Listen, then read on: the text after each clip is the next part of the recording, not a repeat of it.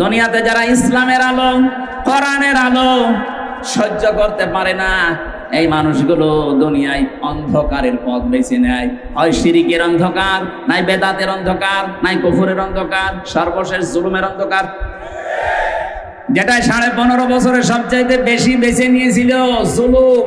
এটাতে কত বড় অন্ধকার। আর জুলমু জুলুমাতু ইয়াউমাল কিয়ামাহ, নবীজি বলেন কিয়ামতে জুলুম অন্ধকার হয়ে দেখা দেবে, নিজের শরীরের পশম পর্যন্ত তুই দেখতে পাবি না।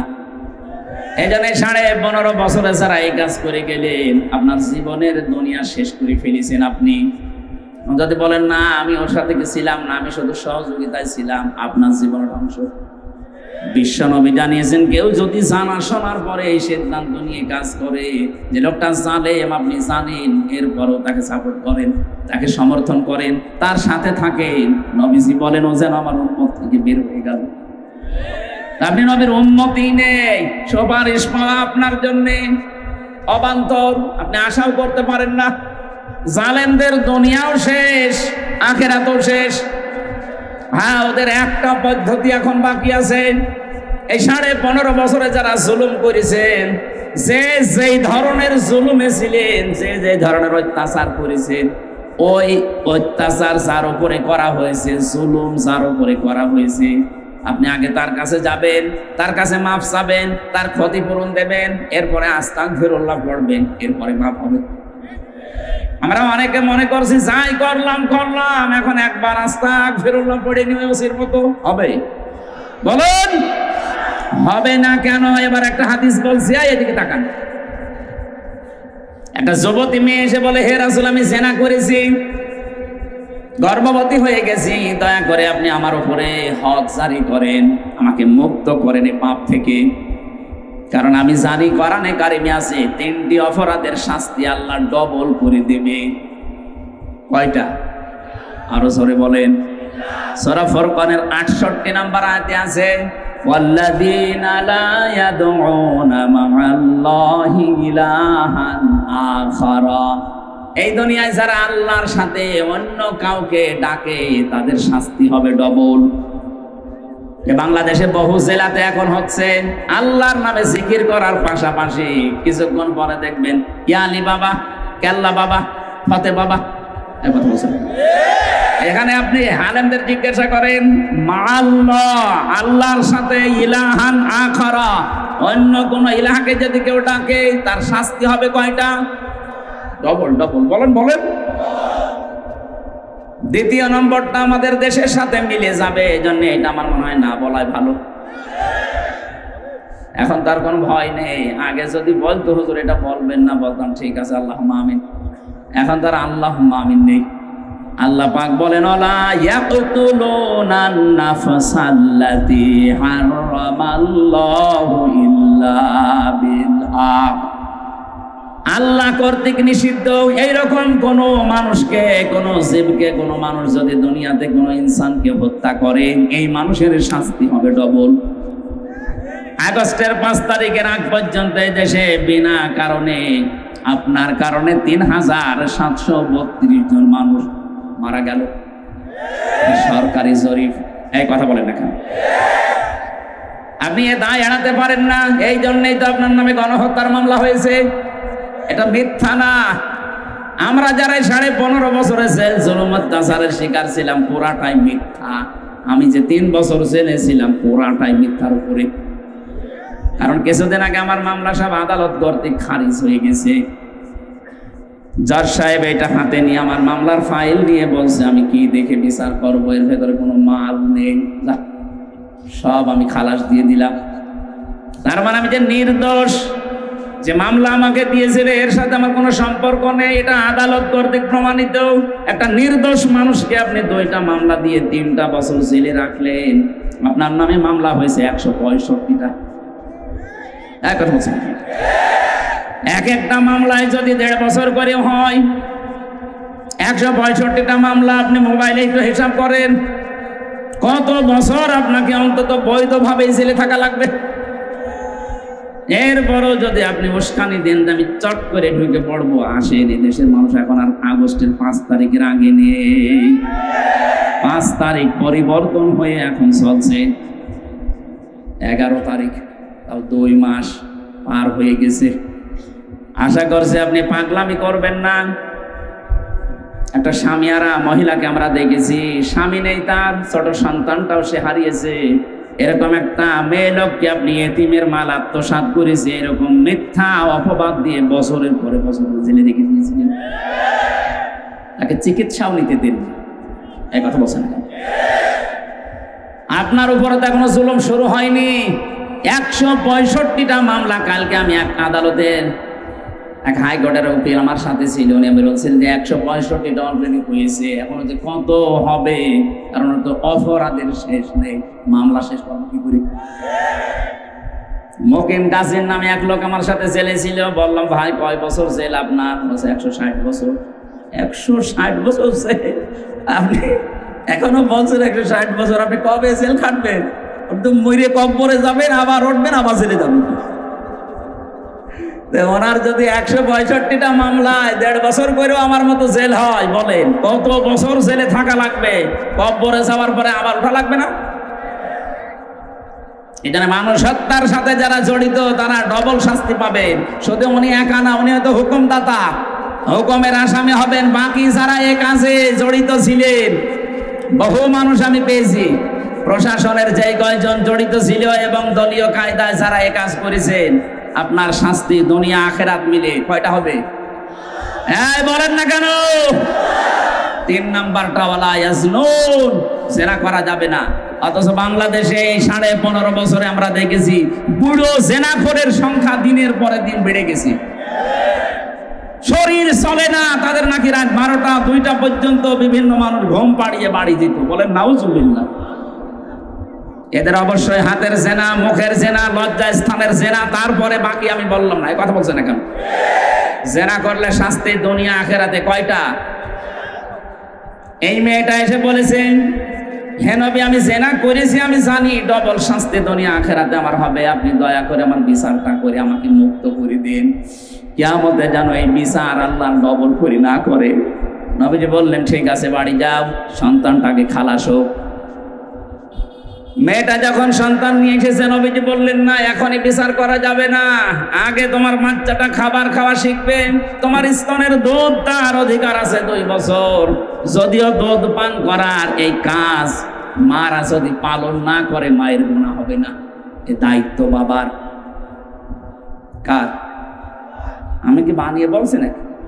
এখানে আলেমরা যারা আছে সূরা বাকারা 2 নাম্বার পারা 17 নাম্বার পৃষ্ঠা 1ম নাম্বার লাইনের 232 নাম্বার আয়াতের মাঝের অংশে আছে, আল্লাহ পাক বলেন লিমান আরাদা আইয়ুতিম্মার রাদা। আমি দায়িত্ব দিয়েছি, এখানে এটা মুযাক্কার শব্দ, মুয়ান্নাস না। বাবাদেরকে দায়িত্ব দিয়েছেন আল্লাহ, যত খরচ হবে, যত কিছু লাগবে, এর জন্য সব কিছু করবে কে? বাবা। বলেন বলেন। আমরা যারা বাবা, আমাদের তো কোনো মেশিন পত্র নেই, আছে? কথা বলেন না কেন? এই জন্য দায়িত্ব পালন করবে মেয়েরা। এখন কোনো মা যদি বলে না আমি এটা করব না, তোমার ছেলে, তোমার এই মেয়ে 2 বছর দুধ আমি পান করাতে পারি, আমাকে 5 লাখ টাকা দেওয়া লাগবে, আপনাকে তাই দেওয়া লাগবে? আমার মনে হয় মাইকে এটা বলা ঠিক হইল না, কারণ আমারও তো একটা হয়েছে। বাড়ি যাওয়ার পরে যদি বলে তোমার ওয়াজ আমি শুনলাম, এই যে 42 দিন আগে যে মেয়েটা হয়েছে 2 বছর দুধ খাওয়াতে 5 লাখ টাকা লাগবে, না তোমার মেয়ে নাও, একটা বিপদে পড়ে যাব না? লাইভ বন্ধ করে দিন, ম্যাডাম যেন না শুনে। না আসা মানে তো মা বোনেরা আপনার দায়িত্ব না, গোনা হবে না, কিন্তু আমাদের তো জিনিসপত্র নেই, আল্লাহ আপনাকে দিয়েছেন। এর ভেতরে 7টা কারণ আছে আপনাকে দেওয়া। আমার ধামরায় বাসে আমি ব্যাখ্যার দিকে গেলাম না, বাদ দিয়ে দিলাম। আল্লাহ রাব্বুল আলামিন জানিয়েছেন পৃথিবীর মেয়েরা 2 বছর দুধ পান করাও। নবীজি মেয়েকে বললেন যাও, খাবার যখন শক্ত খাওয়া শিখবে তখন আমার কাছে আসবে। এসেছে ওই মেয়েটা, ওই ছেলেটাকে আল্লাহর নবী একজন সাহাবীর আন্ডারে দিয়ে বললেন মেয়েটিকে মাটির ভেতরে গেড়ে দাও, পাথর নিক্ষেপ করা আরম্ভ করো। চারিদিক থেকে যখন পাথর নিক্ষেপ চলছে, এই ওর কি রোগ বেরিয়েছে? ওদিকে তাকাচ্ছেন মানে? একটা গুরুত্বপূর্ণ পয়েন্ট বলছে, আপনি কোন দিকে তাকিয়েছেন? এদিকে তাকান। শেষ পর্যন্ত নবীজি বললেন, পাথর নিক্ষেপ করা আরম্ভ করো। চারিদিক থেকে যখন পাথর চলছিল, হযরতে আবু সাঈদ খুদরি, দুইজনের নাম আমি পেয়েছি, অথবা খালিদ ইবনে ওয়ালিদ, তিনি বলেন আমি এত জোরে একটা পাথর নিক্ষেপ করলাম, মেয়েটার নাকের উপরে লেগে ফিনকি দিয়ে রক্ত আমার শরীরে লেগে গেছে। আমি ভৎসনা দিলাম, বরদোয়া দিলাম, ঘৃণা ছড়ালাম যে কি এরকম নাপাক মহিলার রক্ত আমার শরীরে লাগছে। নবীজির কানে কথাটা যাবার পরে নবীজি বললেন, থামো, এই কথা বলবা না। এই মহিলার যে অনুশোচনা, এর যে তাওবা, এই যে কাজ করলো তাওবার জন্য, এটা আল্লাহর দরবারে এত বেশি পছন্দ হয়েছে। জিবরাইল আমাকে জানিয়েছে, কোন জালেম যদি এইভাবে তাওবা করতে পারে, আল্লাহ তাকেও মাফ করে দেবে। আমি এই ঘটনাটা বললাম এই কারণে, হাদিসটা আজ এই 15.5 বছরে যারা জুলুম নির্যাতনের স্টিম রোলার চালিয়েছেন জাতির উপরে, বিশেষ করে ওই 14 দল বাদ দিয়ে বাকি সবাই আমরা তো মজলুম। কথা বলে না কেন? নাম আমাদের আলাদা থাকতে পারে, কিন্তু ওই 14 দল বাদ দিয়ে বাকি সবাই আমরা এই দেশে মজলুম। পৃথিবীর বহু ইতিহাস পড়েছি আমি বিশ্ববিদ্যালয়ে থাকাকালীন, কিন্তু এটা আমি কোনোদিন পড়িও নি, কারো মুখে শুনিও নি, যে মানুষ হত্যা করার পরে তার লাশের উপরে মানুষ ড্যান্স দিতে পারে। এটা ঘটিয়েছে তারা যারা এই চুরি করে পালিয়েছে। ইতিহাস দুনিয়ায় পাল্টিয়ে দিল না? এটা 6 সালের ঘটনা। আমি 7 সালে তখন ম্যাট্রিক পরীক্ষা দিচ্ছিলাম। এই সিরাজগঞ্জ থেকে একবার যাচ্ছিলাম, বাসের পেছনে বসে আছি, দেখি একটা মরা কুকুর পড়ে আছে রাস্তার উপরে। ড্রাইভার সাহেব কুকুরের ওপর দিয়ে না দিয়ে বাম দিয়ে চালিয়ে দিল, গাড়ি একটা ঝাঁকি দিয়ে উঠল। বললাম, ভাই আপনি এমন করলেন, এখন তো অ্যাক্সিডেন্ট হয়ে যেত। বলছে, দেখেন না একটা মরা কুকুর পড়ে আছে, আমি ডবল করে ওর উপরে চাকা চালিয়ে দেবো, আমার বিবেক নেই? হ্যাঁ, ও তো মরে গেছে, ওরা কি মারলেই কি আর না মারলেই কি, ও কি টের পাবে? ড্রাইভার আমার দিকে ঘুরে বলছে, হুজুর আপনি কি আসলেই হুজুর নাকি ভুল ধরেছি? হ্যাঁ, আপনি কেমন হুজুর? আপনি দেখেন একটা মরা কুকুর পড়ে আছে, আমি ডবল করে চাকা চালাবো, আমার বিবেক নেই? এই কথা শোনার জন্য আমি ছিলাম। আপনার নাম কি? সুব্রত। তার মানে বোঝা যাচ্ছে লোকটা হিন্দু। কথা বলছে না কেন? বললাম, ভাই আপনার বিবেক আছে কিন্তু ঈমান নেই। ঈমান যদিও নেই, আপনার নাম শুনি আমি বুঝলাম যে আপনি আমাদের ধর্মের মানুষ না, আপনি একটা হিন্দু মানুষ। কিন্তু আপনার ঈমান না থাকলেও আপনার বিবেক আছে, যে মরা জিনিস যদিও নিকৃষ্ট কিন্তু ডবল করে মারা যাবে না। কিন্তু গত বছরে এই 6 সালে অক্টোবর মাসের 28 তারিখে পৃথিবীর ইতিহাস পাল্টিয়ে দিয়েছে একজন হাজী। কথা বলে না কেন? হজ করে এসে ক্ষমতায় যাবার আগে যে মানুষগুলো মাথায় পট্টি বাঁধে, হাতে তসবিহ নিয়ে মানুষকে যে ধোঁকা দিয়ে বোকা বানিয়ে আল্লাহওয়ালা মনে হচ্ছে রাবিয়া বছরের ছোট বোন, অথচ আপনি এই কাজ করতে পারলেন। শুধু শুধু ঢাকার মানুষগুলোকে যদি বলতেন তোমরা লগে বইটা নিয়ে আসো, আমরা কিছু বলতাম না। সারা দেশ থেকে নিয়ে আসলেন, এখনো পর্যন্ত এই উস্কানি আপনার বন্ধ হয়নি, এখনো চালাচ্ছে। কথা বলছে না কেন? আজকেও চেষ্টা চালিয়েছিল, গতকালকে আল্লাহ ব্যর্থ করে দিয়েছে। জালেমদের যত ষড়যন্ত্র, এটা ব্যর্থ করার দায়িত্ব আল্লাহ। আমরা শুধু চেষ্টা চালাবো যেন ওরা সফল হতে না পারে। ইন্নাহু লা ইউফলিহুজ জালিমুন, আল্লাহ গ্যারান্টি দিচ্ছেন কখনো জালেমরা সফল হচ্ছে না, হবেও না। সুতরাং যিনি দেশ ছেড়ে পালিয়ে গেছে, তার কথা মতো এদেশ যদি অশান্তি করার চেষ্টা চালান, নিজের পেছনে লাল হবে, ওনার কিছু হবে না। অনেক মানুষ দেখতে পাচ্ছি বাইরের মডেল যারা, তাদের কাছে এখন বলছে আমরা নির্বাচিত ছিলাম, আমাদেরকে জনগণ উৎখাত করেছে। এত বড় একটা ডাহা মিথ্যা কথা একটা হাজি মানুষ বলে কি করে? যদি ওনার ছেলে মেয়ে বলতো যারা হজ করেনি, তাদের মেনে নিতাম যে ও ওই রকম বলতে পারে। আপনি হাজি, কথা বলছে না কেন?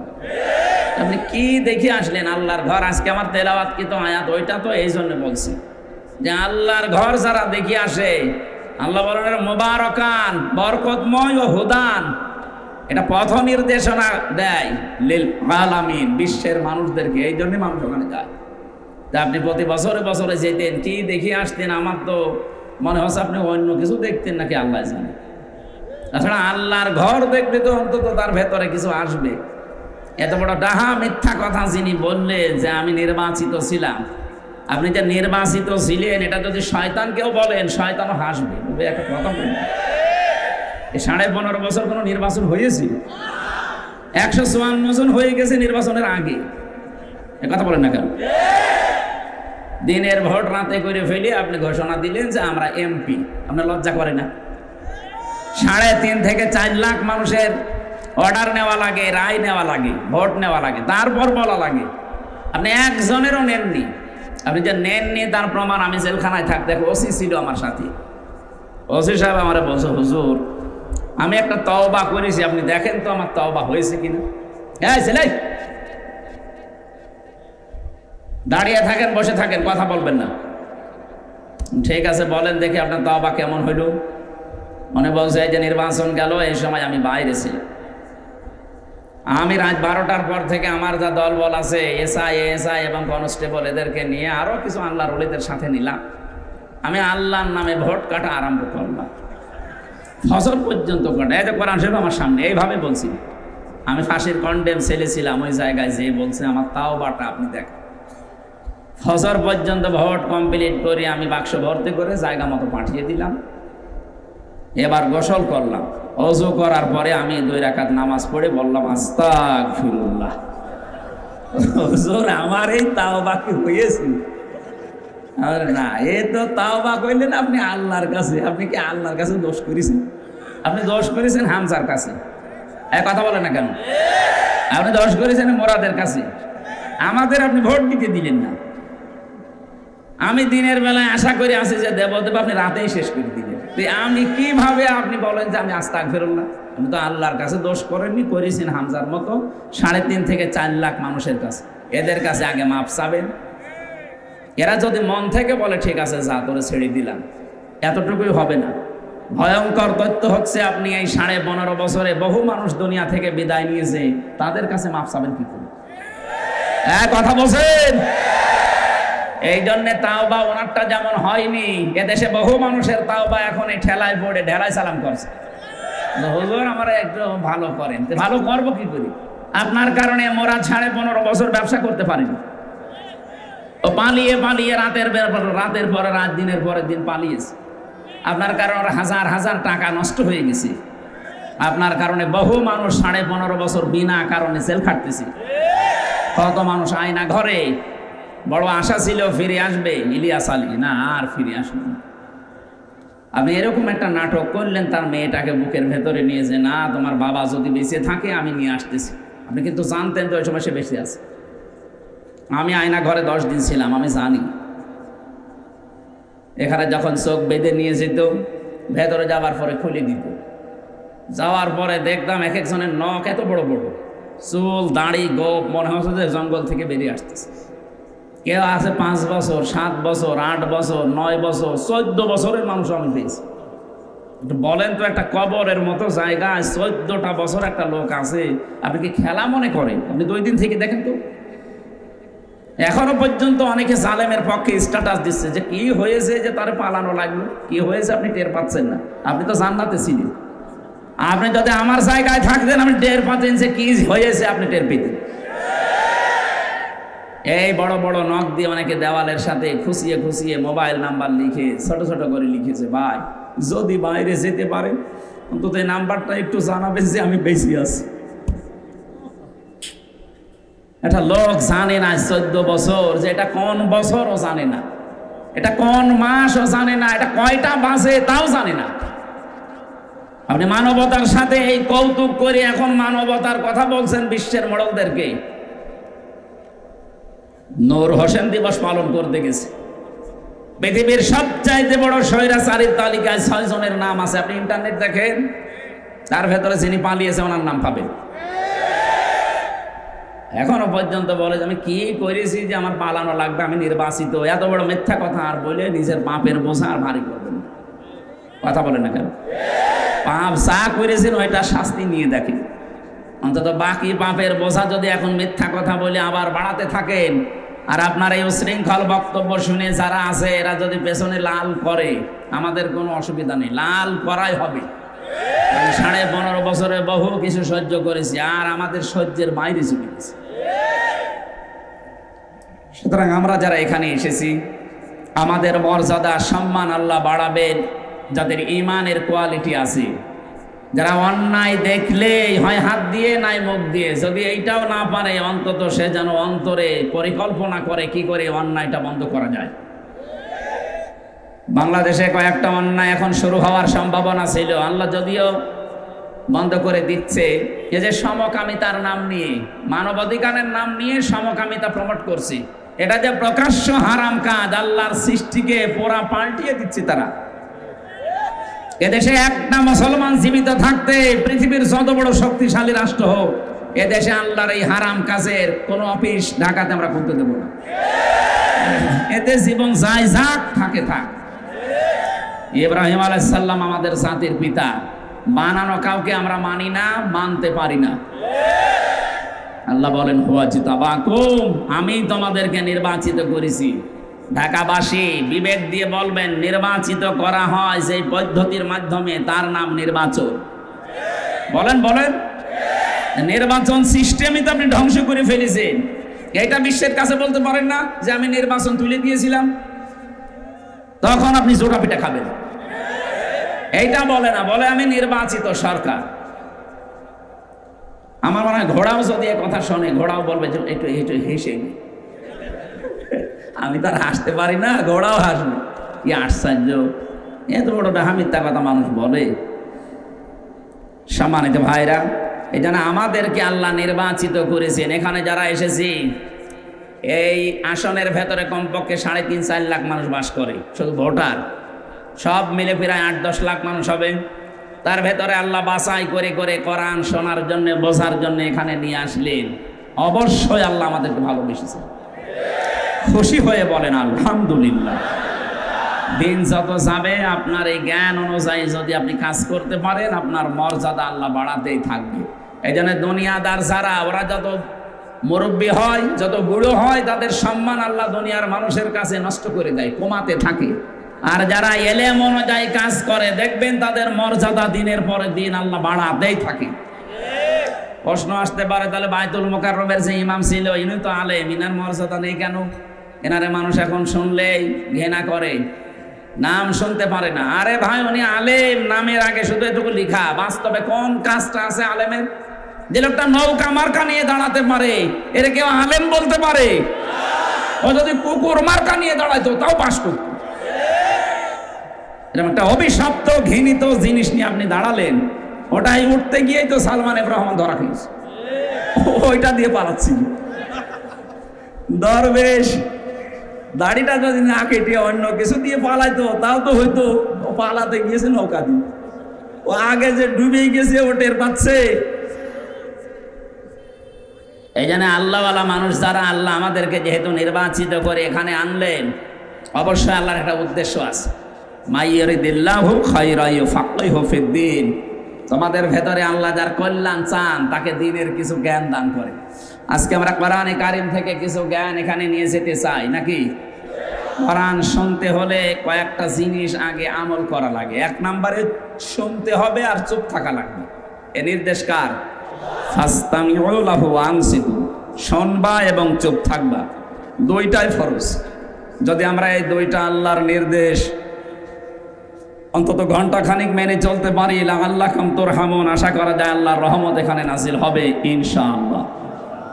এখন আসেন আমরা যারা বলতে আসি, এই যে জহিরুল ইসলাম ভাই বলছিলেন এতক্ষণ, আমি এখন বলবো, আমার পরে যদি আরো কেউ থাকে যারা কোরআন প্রচার করবে, তাদেরও আল্লাহ কিছু দায়িত্ব দিয়েছেন।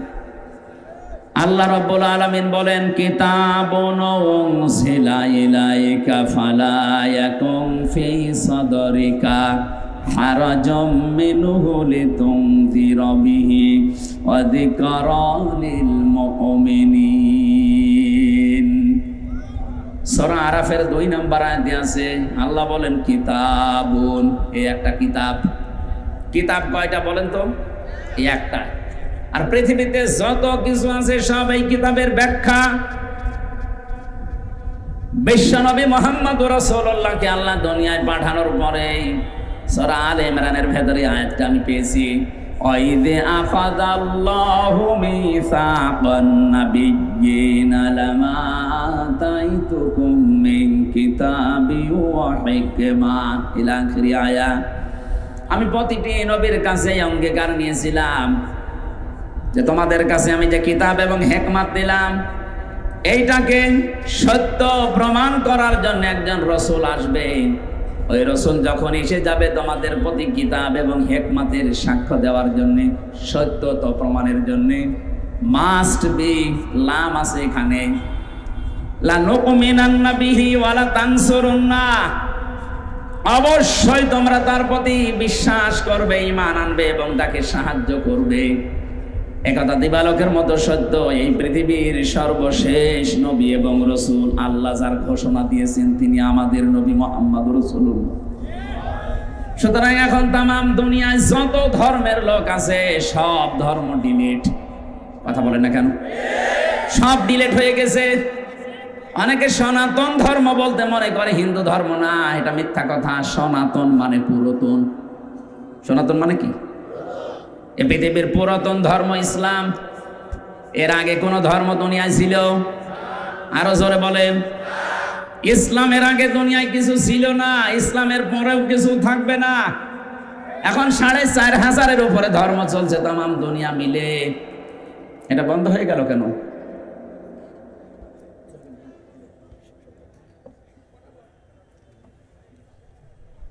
৳৪৫০০-এর উপরে ধর্মের সন্ধান আমরা পেয়েছি। আল্লাহ পাক বলেন এতগুলো ধর্মের ভেতরে মাত্র একটা ধর্ম আমার কাছে মনোনীত, ইন্নাদ-দীনা ইনদাল্লাহিল ইসলাম। তামাম পৃথিবীর যারা আছেন সবাইকে আহ্বান জানাচ্ছি আপনারা এই শান্তির ধর্মে দীক্ষিত হন। দুনিয়ায় শান্তি, স্বস্তি, নিরাপত্তা যিনি বানিয়েছেন তিনি দেবেন। কথা বলেন না কেন? এটা মনে করছেন আমি মাত্র ১০,০০০ মানুষের সামনে না, এটা রেকর্ড হচ্ছে তামাম পৃথিবীর বিভিন্ন ভাষায় কালকে ছড়িয়ে যাবে।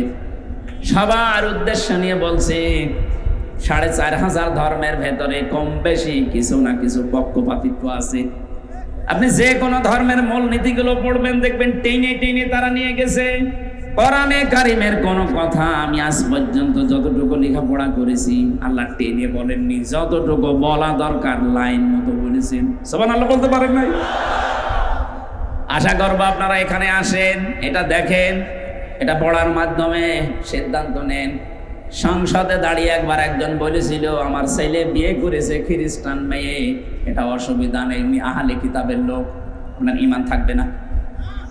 আহলে কিতাবের এই আয়াত অনুযায়ী কিসের আহলে কিতাব দাবি করছেন? ওই কিতাবগুলো তো এখন আর ঠিক নেই। ওই খ্রিস্টানরা, ওই ইহুদিরা ওরা নিজেদের মন মতো পাল্টাতে পাল্টাতে পরিবর্তন করে ফেলেছে। যেহেতু আল্লাহ শুধু কোরআনের গ্যারান্টি নিয়েছেন, এই জন্য কিয়ামত পর্যন্ত এর ভেতরে কেউ হাত দিতে পারবে না। আল্লাহ কিতাবের নাম বলতে গিয়ে নিজের নাম ব্যবহার করেছেন। আল্লাহ রাব্বুল আলামিন বলেন এমন ভাবে একে সংরক্ষণ করা হয়েছে, এর ডান থেকে বাম থেকে উপর থেকে নিচ থেকে শয়তান প্রবেশ করতে পারবে না। ওয়া ইন্নাহু লাকিতাবুন আজিজ। বলেন আল্লাহু আকবার। আজিজ কার নাম? আরো জোরে বলেন। আল্লাহ কিতাবের আগে নামটা দিয়ে দিলেন। এটা এমন মর্যাদাবান, সত্যি যদি কেউ সম্মান মর্যাদা দুনিয়ায় শান্তি স্বস্তি আর নিরাপত্তা নিয়ে বেঁচে থাকতে চায় এর কাছে মাস্ট বি আসা লাগবে। আপনি এর কাছে না এসে কাঙ্ক্ষিত মানের শান্তি স্বস্তি নিরাপত্তা পাবেন না। প্রশ্ন আসতে পারে বিশ্বের বহু বড় বড় দেশে উন্নত যাদেরকে বলি নিরাপত্তা, কিসের নিরাপত্তা? এই ছোট জীবনে আমি বহু দেশ ঘুরেছি। কয়েকদিন আগে সিঙ্গাপুর, থাইল্যান্ড সহ কয়েকটা দেশ ঘুরে আসলাম। ওরা উন্নত ঠিক, কিন্তু মানুষের গ্যারান্টি দিতে পারে না। আমেরিকা এত উন্নত, সন্ধ্যা ৭টার পরে মার্কেটগুলো বন্ধ করে দিতে বাধ্য হয়, কারণ গ্যারান্টি নেই, নিরাপত্তা দেবে কে? আমাদের দেশে কোরআনের নিয়ম নীতি চলে না, সবগুলো যতটুকু বিশ্বাস আছে এই বিশ্বাসের উপরে নির্ভর করে নরসিংদীর বাবু বাজার রাত ২টা ৩টা পর্যন্ত বাজার চলছে। এটা যদি সত্যি কায়েম হয়ে যায় 2টা 3টা পর্যন্ত না, ফজর পর্যন্ত চললে কেউ চোখ তুলে তাকাবে না। সেরকম একটা দেশ আমরা চাই। কথা বলেন ঠিক কিনা? আল্লাহ বলেন, হে নবী, এই যে কিতাব আপনাকে আমি একটা দিয়েছি, এটা শুধু সোমা খাবেন আর মাথার উপরে রেখে দেবেন। কি করবেন এটা দিয়ে? কিতাবুন উনজিলা ইলাইকা ফালা ইয়াকুম ফি সাদরিকা হারাজুম মিনহু লিতুনদিরা বিহি। এটা দিয়ে যখন মানুষদেরকে সতর্ক করবেন, ওই সময় যেন আপনার মনে কোনো সংকীর্ণতা কাজ না করে। আপনি কারো থেকে টেনে কথা বলবেন না। এখানে আমি হারাজনের 6টা অর্থ পেয়েছি। 1 নম্বরে ভয়, ভীতি, দ্বিধা, দ্বন্দ্ব, সংশয়, সন্দেহ, এগুলো আপনার মন থেকে আপনি আগেই দূর করে কোরআন সামনে নিয়ে মানুষদেরকে সতর্ক করবেন। সবার উপকার হবে না। ওয়াযিকরালিল মুমিনিন, যে মানুষগুলোর ঈমান আছে এই মুমিনদের কোরআনের আলোচনায় উপকার হবে। কে বলছে? ওয়াযাক্কির ফাইন্নাদ যিকরা তানফাউল মুমিনিন। আপনি আলোচনা করেন কোরআন দিয়ে, যে মানুষগুলোর ভেতরে ঈমান আছে এদের উপকার হবে। তানফাউ, এটা মজারে ফিউচার।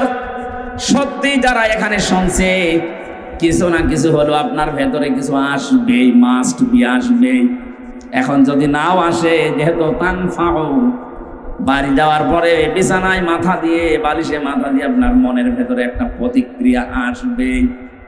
যদি আপনার হেদায়েত পাওয়ার মতো মন থাকে, আল্লাহ যেন ওইরকম কিছু আমাদের সবার জীবনে দান করেন। বলেন আমিন। ফাযাক্কির বিল কোরআন মাই ইয়াখাফু ওয়াঈদ। So admonish and or by the Holy Quran him who frays my threat. আল্লাহ বলেন, আপনি তাদের সামনে কোরআন দিয়ে নসিহত করেন, উপদেশ দেবেন, যে মানুষগুলো আল্লাহর ধমকের ভয় করে। আমাদের আল্লাহর ধমকের ভয় আছে না নেই? এখানে হারাজনের ব্যাখ্যা আধুনিক ভাবে আমি 2টা পেয়েছি। এটা তাফসীরে হাক্কানীতে আছে। 1 নম্বরে, হে নবী, কোরআন দিয়ে যখন আপনি মানুষদের সামনে আলোচনা করবেন, দেখবেন আরে পোকা হুজুর আছে তো জানে না যেটা আমি এই জন্য বলছিলাম লাইট বন্ধ করবেন। আর কে করেছে নাকি বাঁশর ঘর সাজিয়েছে, লাইট দেওয়া লাগে।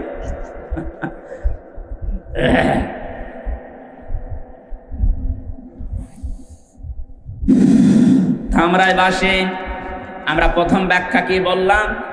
কোরআন যারা শুনতে আসে, আপনার সামনে এমন মানুষ বসে আছে, কোরআনের কথা বক্তব্য শোনার পরে ওরা না বোঝার কারণে রাগ করতে পারে। এরকম মানুষ দেশে নেই? এই 15.5 বছর আরো বেশি ছিল। যেটা বোঝাতে চাই কোরআন দিয়ে, সেইটাই ওর বিরুদ্ধে যায়। একবার খুলনায় গিয়েছিলাম, রূপসা থানা সম্ভবত সভাপতি উনি, ওই থানার যারা পালিয়েছে ওই দলের সভাপতি। আমারে বলছে, হুজুর এখানে বিভিন্ন রাজনৈতিক দলের লোকজন আছে, আপনি সাংসারিক জীবনে কেন গন্ডগোল হয় এইটা বলেন। ঠিক আছে, এখন স্বামী স্ত্রীর গন্ডগোল হয় 5টা কারণে, আর এটা মেটাতে হয় 5 কারণ দিয়ে। কোরআনে কারিমের সূরা নিসার 34-35 নম্বর আয়াতে আল্লাহ ব্যাখ্যা দিয়েছেন। আমি একেবারে লাইন আকারে বলতে আরম্ভ করলাম। মাহফিল শেষ করে ওনার বাড়িতে খাবার খাওয়া যেই গেছি, মুখ গোমরা করে আছে। কি রাগ হয়ে গেল কেন? হুজুর আমার বউর সাথে যে আমার গন্ডগোল, আপনি জানলেন কি করে? কি করে জানেন? না, আপনারে মনে হয় কেউ বলে দিয়েছে। আপনি আজ যা যা বললেন এইটাই আমার আজকে দিনের বেলা হয়েছে। আমারে কেউ বলে দিয়েছিল না, বলেছে একজন। 1500 বছর আগে কোরআনে কারিমে আল্লাহ আগেই জানিয়ে দিয়েছেন যে এই কারণে গন্ডগোল হয়। কথা বলেন না কেন? ওইটা বললে ও যদি দিনের বেলা ওই রকম কাজ করে, ওর মিলবে না। বলেন বলেন। এখানে কোরআনের আসল যে বক্তব্য না বোঝার কারণে রাগ করতে পারে, মন খারাপ করতে পারে, এরকম শ্রোতা দেশে আছে। 2 নম্বরের ব্যাখ্যা পেয়েছি, এইটাই আমার মনে হয় এখন আসল। হে নবী, আপনি যখন কোরআন ব্যাখ্যা করবেন, আবহমান কাল থেকে এই দেশে বহু মানুষ আন্দাজে ইবাদত বানিয়ে ইসলাম মনে করে পালন করে। আর ওগুলো বাংলাদেশ, ভারত আর পাকিস্তানে বেশি।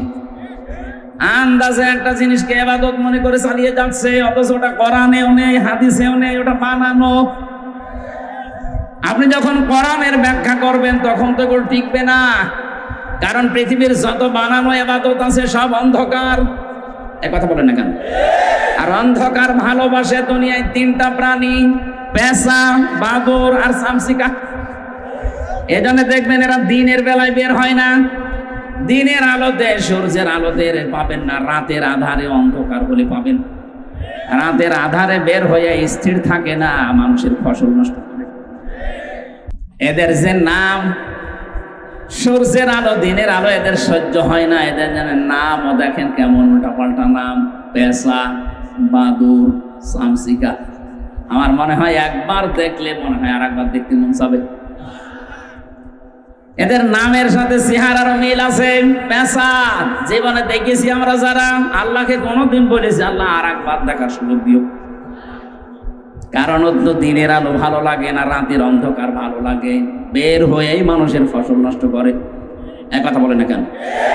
বাদুড়, চামচিকা এদের কাজ এইটা। দুনিয়াতে যারা ইসলামের আলো, কোরআনের আলো সহ্য করতে পারে না, এই মানুষগুলো দুনিয়ায় অন্ধকারের পথ বেছে নেয়। হয় শিরিকের অন্ধকার, নাই বেদাতের অন্ধকার, নাই কুফরের অন্ধকার, সর্বশেষ জুলুমের অন্ধকার, যেটা 15.5 বছরে সবচাইতে বেশি বেছে নিয়েছিল, জুলুম। এটাতে কত বড় অন্ধকার! আর জুলমু জুলুমাতুন ইয়াউমাল কিয়ামাহ, নবীজি বলেন কিয়ামতে জুলুম অন্ধকার হয়ে দেখা দেবে, নিজের শরীরের পশম পর্যন্ত তুই দেখতে পাবি না। এই জন্য 15.5 বছরে যারা এই কাজ করে গেলেন, আপনার জীবনের দুনিয়া শেষ করে ফেলেছেন। আপনি যদি বলেন না আমি ওর সাথে ছিলাম না, আমি শুধু সহযোগিতায় ছিলাম, আপনার জীবনের অংশ। বিশ্ব নবী জানিয়েছেন, কেউ যদি জানা শোনার পরে এই সিদ্ধান্ত নিয়ে কাজ করে যে লোকটা জালেম, আপনি জানেন, এরপরও তাকে সাপোর্ট করেন, তাকে সমর্থন করেন, তার সাথে থাকেন, নবীজি বলেন ও যেন আমার উম্মত থেকে বের হয়ে গেল। আপনি নবীর উম্মতই নেই, সুপারিশ পাওয়া আপনার জন্যে অবান্তর, আপনি আশাও করতে পারেন না। জালেমদের দুনিয়াও শেষ, আখিরাতও শেষ। হ্যাঁ, ওদের একটা পদ্ধতি এখন বাকি আছে। এই 15.5 বছরে যারা জুলুম করেছেন, যে যেই ধরনের জুলুমে ছিলেন, যে যে ধরনের অত্যাচার করেছেন, ওই অত্যাচার যার উপরে করা হয়েছে, জুলুম যার উপরে করা হয়েছে, আপনি আগে তার কাছে যাবেন, তার কাছে মাফ চাবেন, তার ক্ষতিপূরণ দেবেন, এরপরে আস্তাগফিরুল্লাহ পড়বেন, এরপরে মাফ হবে। আমরা অনেকে মনে করছি যাই করলাম, এখন একবার আস্তাগফিরুল্লাহ পড়ে নিয়ে ওসির মতো হবে। বলেন হবে না কেন? এবার একটা হাদিস বলছি, এদিকে তাকান। একটা যুবতী মেয়ে এসে বলে, হে রাসূল, আমি জিনা করেছি, গর্ভবতী হয়ে গেছি, দয়া করে আপনি আমার উপরে হদ জারি করেন, আমাকে মুক্ত করেন এই পাপ থেকে। কারণ আমি জানি কোরআনে কারিমে আছে 3টি অপরাধের শাস্তি আল্লাহ ডবল করে দেবে। কয়টা? আরো জোরে বলেন। সূরা ফুরকানের 68 নম্বর আয়াতে আছে, ওয়াল্লাযীনা লা ইয়াদউনা মা'আল্লাহি ইলাহান আখারা। এই দুনিয়ায় যারা আল্লাহর সাথে অন্য কাউকে ডাকে, তাদের শাস্তি হবে ডবল। বাংলাদেশে বহু জেলাতে এখন হচ্ছে, আল্লাহর নামে জিকির করার পাশাপাশি কিছুক্ষণ পরে দেখবেন ইয়া আলী বাবা, কেল্লা বাবা, ফতে বাবা, এই কথা বলছেন। এখানে আপনি আলেমদের জিজ্ঞাসা করেন, মাআল্লাহ, আল্লাহর সাথে ইলাহান আখারা, অন্য কোন ইলাহকে যদি কেউ ডাকে, তার শাস্তি হবে কয়টা? Double double. বলেন বলেন। দ্বিতীয় নম্বরটা আমাদের দেশের সাথে মিলে যাবে, এই জন্য এটা আমার মনে হয় না বলাই ভালো। এখন তার কোনো ভয় নেই। আগে যদি বলতো হুজুর এটা বলবেন না, বলতাম ঠিক আছে আল্লাহুম্মা আমিন। এখন তার আল্লাহুম্মা আমিন নেই। আল্লাহ পাক বলেন, ওয়ালা ইয়াকতুলুনান নাফসাল্লাতী হারামাল্লাহু ইল্লা বিল হক। আল্লাহ কর্তৃক নিষিদ্ধ এইরকম কোন মানুষকে, কোন জীবকে, কোন মানুষ যদি দুনিয়াতে কোন ইনসানকে হত্যা করে, এই মানুষের শাস্তি হবে ডবল। আগস্টের 5 তারিখের আগ পর্যন্ত এই দেশে বিনা কারণে আপনার কারণে ৩,৭৩২ জন মানুষ মারা গেল। সরকারি জরিপ, এই কথা বলেন না কেন? আপনি এ দায় এড়াতে পারেন না, এই জন্যই তো আপনার নামে গণহত্যার মামলা হয়েছে। এটা মিথ্যা না। আমরা যারা 15.5 বছরে জেল জুলুম অত্যাচারের শিকার ছিলাম, পুরাটাই মিথ্যা। আমি যে 3 বছর জেলে ছিলাম, পুরাটাই মিথ্যার উপরে।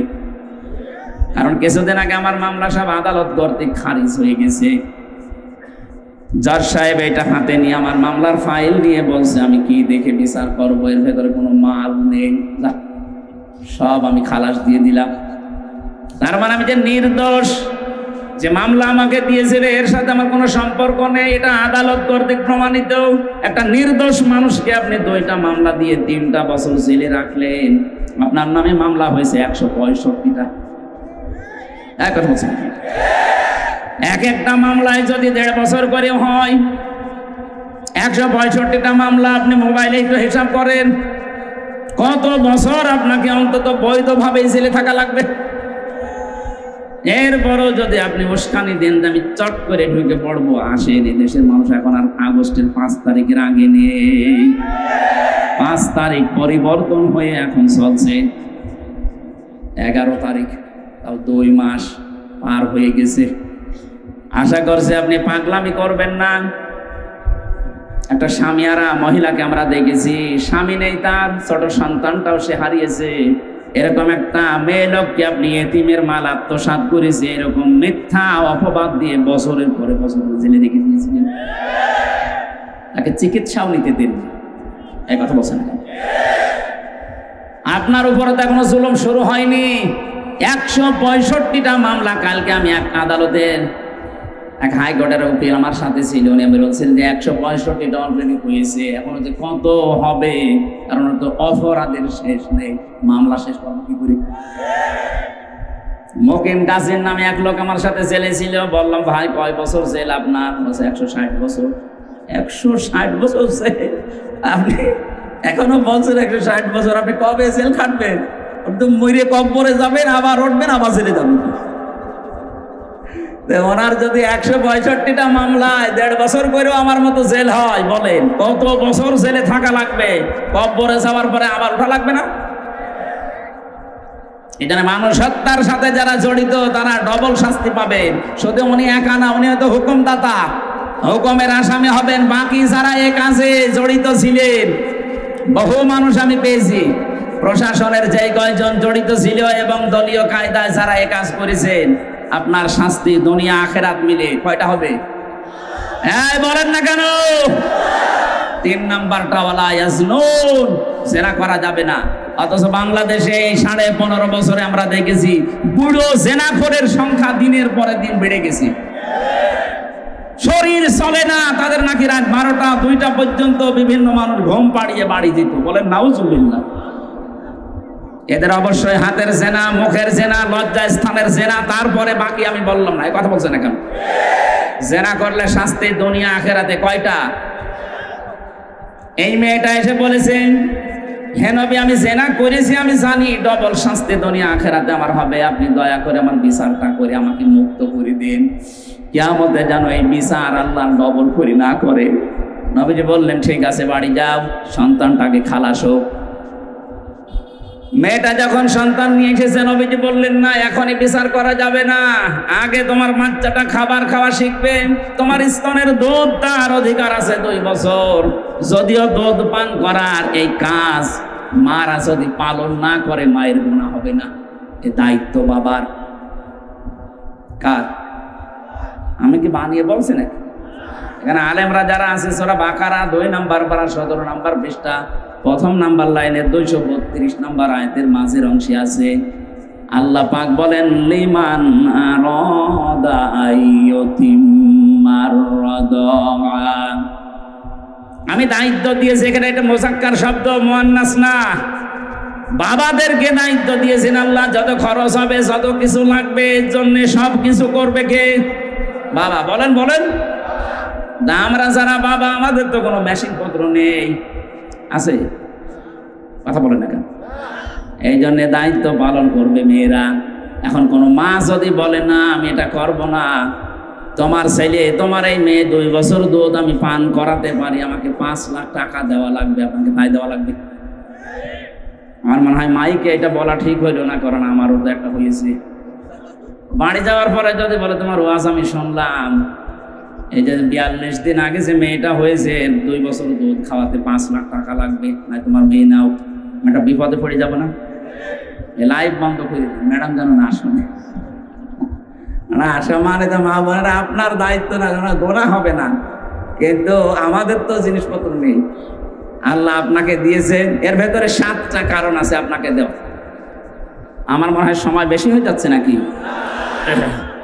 ধামরায় বাসে আমি ব্যাখ্যার দিকে গেলাম না, বাদ দিয়ে দিলাম। আল্লাহ রাব্বুল আলামিন জানিয়েছেন পৃথিবীর মেয়েরা 2 বছর দুধ পান করাও। নবীজি মেয়েকে বললেন যাও, খাবার যখন শক্ত খাওয়া শিখবে তখন আমার কাছে আসবে। এসেছে ওই মেয়েটা, ওই ছেলেটাকে আল্লাহর নবী একজন সাহাবীর আন্ডারে দিয়ে বললেন মেয়েটিকে মাটির ভেতরে গেড়ে দাও, পাথর নিক্ষেপ করো, আরম্ভ করো। চারিদিক থেকে যখন পাথর নিক্ষেপ চলছে, এই ওর কি রূপ বেরিয়েছে, ওদিকে তাকাচ্ছেন মানে? একটা গুরুত্বপূর্ণ পয়েন্ট বলছে, আপনি কোন দিকে তাকিয়েছেন? এদিকে তাকান। শেষ পর্যন্ত নবীজি বললেন পাথর নিক্ষেপ করা আরম্ভ করো। চারিদিক থেকে যখন পাথর চলছিল, হযরতে আবু সাঈদ খুদরি, 2 জনের নাম আমি পেয়েছি, অথবা খালিদ ইবনে ওয়ালিদ, তিনি বলেন আমি এত জোরে একটা পাথর নিক্ষেপ করলাম, মেয়েটার নাকের উপরে লেগে ফিনকি দিয়ে রক্ত আমার শরীরে লেগে গেছে।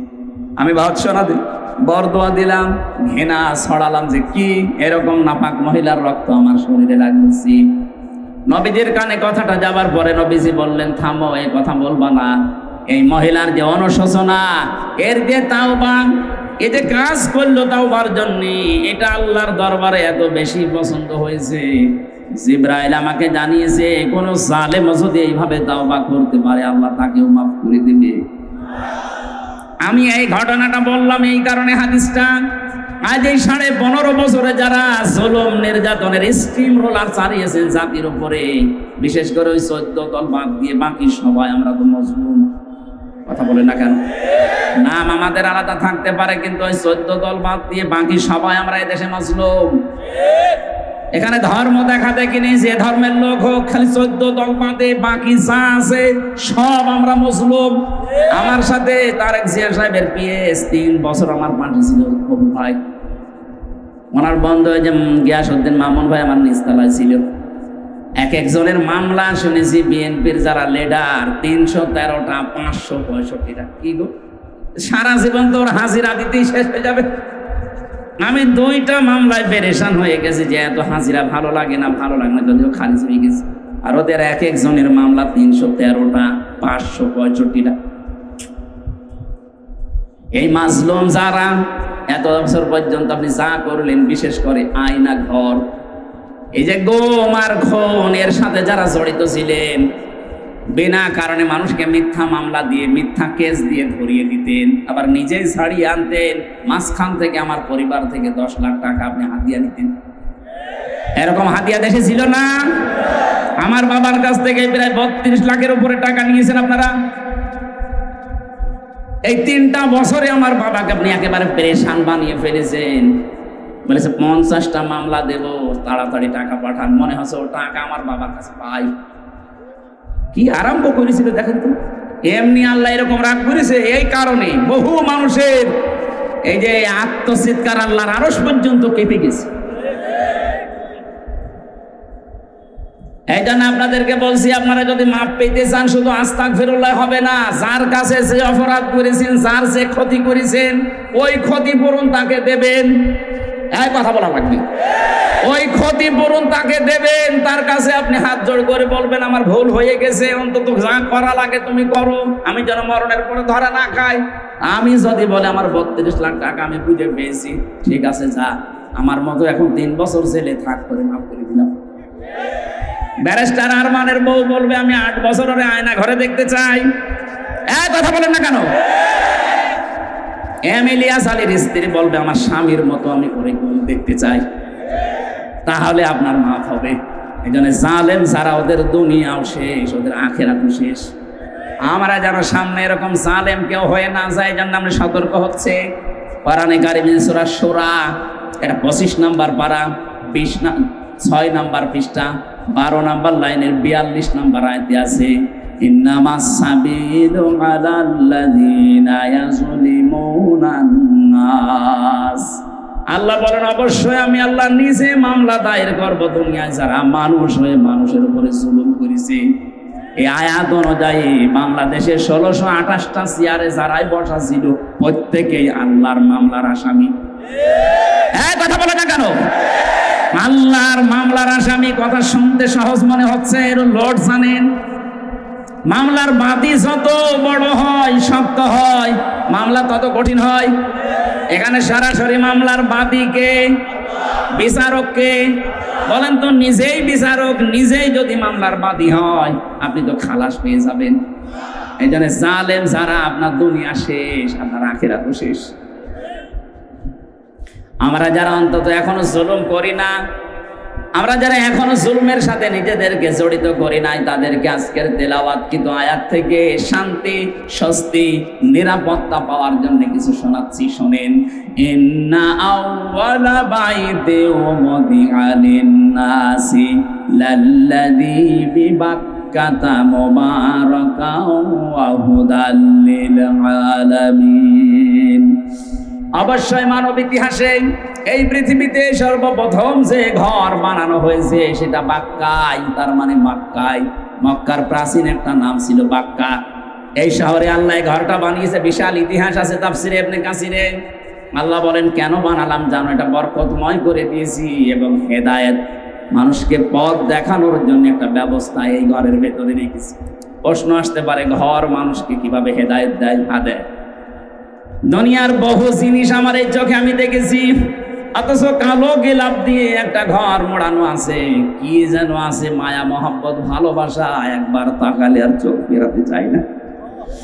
লক্ষ লক্ষ মানুষেরা দেখেছি ওখানে যে কিছু নেই, আন্দাজে শুধু খাবার দিকে তাকিয়ে হা করে আছে।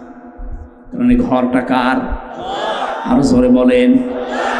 ফিহি আয়াতুম বায়্যিনাতুম মাকামু ইব্রাহিম। এর ভেতরে আল্লাহর বিভিন্ন নিদর্শন আছে, তার ভেতরে অন্যতম মাকাম ইব্রাহিম। এটা কাবার অংশ ছিল, পরবর্তীতে হযরত ওমরের জামানায় এটাকে আলাদা করে কয়েক হাত দূরে এটা রাখা হয়েছে। এর এখানে যে শব্দগুলো আল্লাহ দিয়েছেন আয়াতুন, এই আয়াত মানে শুধু কোরআনের আয়াত না, আয়াত মানে নিদর্শন, আয়াত মানে ইতিহাস। আয়াত মানে কি? এই যে 15.5 বছরে আপনারা যে ইতিহাস তৈরি করে গেলেন, হয়তো এখন কেউ ভয়ে ইতিহাস লেখে না, কিন্তু ইতিহাস একদিন লেখা হবে। কথা বলুন। ইয়াজিদের ইতিহাস ওই সময় কেউ লিখতে পারেনি, কারণ হোসাইনের পক্ষে কেউ ছিল না। ইতিহাস কিন্তু লেখা হয়েছে। ইমাম হোসাইনকে সম্মানিত করে দিয়েছে, আর ইয়াজিদকে ঘৃণিত, নিন্দিত করে দিয়েছে। আজ যারা ইয়াজিদের মতো জুলুম করলেন, হয়তো 100 বছর পরে ইতিহাস লেখা হবে, যখন আপনি থাকবেন না, তখন আপনাকে তাম পৃথিবীর সামনে ঘৃণিত, নিন্দিত করে জাতি উপস্থাপন করবে। আমরা এরকম কোন ইতিহাস রচনা করতে চাই না। এখানে আমরা যারা বসে আছি, বলেন তো 100 বছর পরে একজন থাকবেন এখানে? আরো জোরে বলেন। এমনকি যাদের জন্য আমরা যা করছি, আমার এই যে আমার একেবারে জবান দিয়ে যা বলছি, ইমান থেকে বলছি, 100 বছর পরে না, আপনি যদি এইখানে আবার 100 বছর পরে ফিরে আসতে পারেন, দেখবেন এখানে আমরা যারা আছি একটা মানুষ নেই, সবাই কবরে। নতুন মানুষ এখানে এসে দুনিয়া চাষ করবে, তাদের সাথে পরিচয় নেই। যে ঘর বানাতে গিয়ে দুনিয়াদারি হয়ে গেলেন, যে ঘর সম্পদ ব্যবসা বাণিজ্য করতে গিয়ে আল্লাহর বিধান আপনি ভুলে গেলেন, এই সিন্ডিকেট করে করে বিভিন্ন মালের দাম বাড়িয়ে দিলেন। আপনি মারা যান, 100 বছর পরে এই সম্পদ, এই বাড়ি ঘরে আপনি ফিরে আসেন, আপনার নিজের আপন ছেলের ছেলের ছেলে 3 পুরুষের পরেও বলবে কে আপনি? আমির হামজা, আমি চিনি না। এক কথা বলেন না কেন? এজন্য যার জন্য যা করে রেখে যাচ্ছেন, ওটা যদি অবৈধ পথে হয়, আপনার কপালে দুঃখ আছে। ও দুঃখ যেন সামনে না আসে, এই জন্যই তো আল্লাহ বারবার এই যে আয়াতুন, এটা বহু বচন দিয়েছেন, আয়াতুন দেয়নি। এখানে আমি প্রায় 27টা জিনিস পেয়েছি তাফসিরে হাক্কানির ভেতরে। আমার ওই মাহফিলটা না থাকলে আমি আজকে পুরাটা আজকে আলোচনায় আনতাম। এত সুন্দর সুন্দর ব্যাখ্যা মুফাসসিরিন ইকরাম এই জায়গায় তুলে ধরেছে। আয়াতুন, কেউ যদি সত্যি আল্লাহর আয়াত নিয়ে চিন্তা ভাবনা করে, আল্লাহ তাকে হেদায়েত দিয়ে দেবেন, সে পথ পেয়ে যাবে। মাকামে ইব্রাহিম আল্লাহ এখানে দিয়েছেন, আমান দাখালাহু কানা আমিনা, এখানে প্রবেশ করলে আল্লাহ নিরাপত্তা দিয়ে দেয়। কে বলছেন? এখানে বিশ্বাস করেন আল্লাহর এই ঘর, এখানে যারা প্রবেশ করবে, এই ঘরের এরিয়ার ভেতরে আসলে আল্লাহ তাকে নিরাপত্তা দিয়ে দেবে, কারণ এখানে বিধান চলছে কার? আরো জোরে বলেন। আমাদের বাংলাদেশের ৫৬,০০০ বর্গ মাইল তো আর কাবা শরীফ না, কথা বলেন না কেন? এখানে যদি আমরা বাস করতে চাই, এখানে নিরাপত্তা লাগবে না? র‍্যাব বলে সে এগুলো নিরাপত্তা দিতে পারবে? নিরাপত্তা দেওয়ার জন্য আল্লাহ লাগবে। আল্লাহ বলেন আমার কাবা আমি বানিয়ে দিয়েছি, আমান দাখালাহু কানা আমিনা, কেউ যদি এখানে প্রবেশ করে সে নিরাপত্তা পেয়ে যায়। তোমরা ৬০০০ মাইল দূরে, কয় হাজার? কাবা শরীফ থেকে আমরা এই যে ধামরায় যারা আছেন ৬০০০ মাইল দূরে বাস, তাহলে এখানে নিরাপত্তা লাগবে। এটা দেওয়ার জন্য সূরা আনামের ৮২ নম্বর আয়াতে আল্লাহ এই তথ্যগুলো তুলে ধরেছেন। আল্লাযীনা আমানু ওয়া লাম ইয়ালবিসু ঈমানাহুম বিযুলমিন উলাইকা লাহুমুল আমনু ওয়া হুম মুহতাদুন। যারা ঈমান আনে আর ঈমানের সাথে যারা জুলুমকে মিশ্রণ করে না, এখানে জুলুম মানে শিরিক, যারা তাদের শিরিকের সাথে জুলুমের সাথে ঈমানকে মিশ্রণ করে না, ঘটায় না, শিরিক মুক্ত জীবন, সমাজ, পরিবার, রাষ্ট্র যদি গড়ে তুলতে পারে, উলাইকা লাহুমুল আমনু, আল্লাহ এইভাবে করে আঙ্গুল দেখিয়েছেন ইসমে ইশারা, উলাইকা লাহুমুল আমনু, এই ৫৬,০০০ বর্গ মাইলটা হয়ে যাবে নিরাপদ স্থান। সুবহানাল্লাহ বলতে পারেন? সুতরাং এই জাতি যেন কোনো শিরিকের সাথে মিশ্রণ না ঘটায়, এটা সামনে যারা দায়িত্বে আসবে খুব খেয়াল করে জাতিকে চালাবেন, কারণ এই ১৫.৫ বছরের জাতিকে মুশরিক বানানোর জন্য চেষ্টা চলছিল। একটা মানুষের পূজা যেভাবে আরম্ভ হয়েছিল, আর কিছুদিন গেলে আল্লাহকে মানুষ ভুলে যেত, বাধ্য করত। সব জায়গায় ছোট ছোট বাচ্চারা ক্লাসে ঢুকবে, বাবার সামনে এভাবে করে যাওয়া লাগবে। কি আরম্ভ করেছিলেন বলে? এই জন্য তো নিরাপত্তা সব ধ্বংস হয়ে যাচ্ছিল। নিরাপত্তা পেতে হলে উলাইকা লাহুমুল আমনু, যদি নিরাপত্তা পেতে চাও বিজুলমিন, জুলুম থেকে নিজেদের ঈমানদেরকে বাঁচাও। এখানে জুলুম মানে শিরিক। জুলুম মানে কি? শিরিক আবার প্রধানত ৪ প্রকার: শিরিক বিজাত, শিরিক বিসিফাত, শিরিক বিল ইখতিয়ারা, শিরিক বিল হুকুক। এই ৪ প্রকার ভাগ করলে হয় ৮ প্রকার। ৮ প্রকার শ্রেণী বিন্যাস করলে হয় ১২ প্রকার। ১২ প্রকার ভাগ করলে হয় ১৬ প্রকার। ১৬টা ভাগ করলে হয় ২২ প্রকার। ২২টা ভাগ করলে হয় ৪২ প্রকার। ৪২ ভাগ করলে হয় ৭২ প্রকার। ৭২ প্রকারকে শ্রেণী বিন্যাস করে তাফসিরে আছে ১২০ প্রকার। এতগুলো শিন রা কাফ এই শব্দের ভেতরে লুকিয়ে আছে। যত চেষ্টা করবেন তত নতুন তথ্য বের হবে। তাফসির করতে হলে সময় লাগে এমনি, এই কারণে। এখন যদি আমি পয়েন্ট আকারে যত তথ্য সব আমার এর ভেতরে আছে, একটা একটা করে যদি বলতে থাকে সময় লাগবে। এই জন্য বারবার আমি এসেছি এখানে মাগরিবের আগে, আপনারা এত দেরি করবেন আমি জানি না। সবচাইতে বড় বিষয় ওখানে মাহফিল ৯টায় ওঠার কথা, এখন ৯টা ৯ বাজে। ওরা আমাকে শেষে বাটপার বলবে। আর মাহফিলটা নিয়েছে কাশেম ভাই, তো আমি জানতাম না, উনি আমার ৯টা শেষ করতে বলেছে। আগামীতে আসলে আপনারা একটা মাহফিল নেবেন এবং তাড়াতাড়ি তুলে দেবেন। আমি যারা টাকা পয়সা মাদ্রাসার জন্য নিয়ে এসেছিলেন, ওনাকে এত সময় দিলাম, আপনি কি করছিলেন? যারা দিতে চান অবশ্যই দিয়ে যাবেন, মাদ্রাসা যেন টিকে থাকে। আবার আমি সামনে আসবো ইনশাআল্লাহ। আল্লাহুম্মা আমিন। লা ইলাহা ইল্লা আনতা সুবহানাকা ইন্নী কুনতু মিনাজ জালিমিন। রব্বিরহামহুমা কামা রব্বায়ানি সাগীরা। আল্লাহ তাআলা সারা জীবন অপরাধ করে জীবনটা তো শেষ করে ফেললাম। আমাদের অপরাধের দিকে না তাকিয়ে তোমার রহমতের দিকে তাকাও, জিন্দেগীর গুনাহগুলো মাফ করে দাও, সওয়াবগুলো তুমি নবীজির রওজায় পৌঁছিয়ে দাও।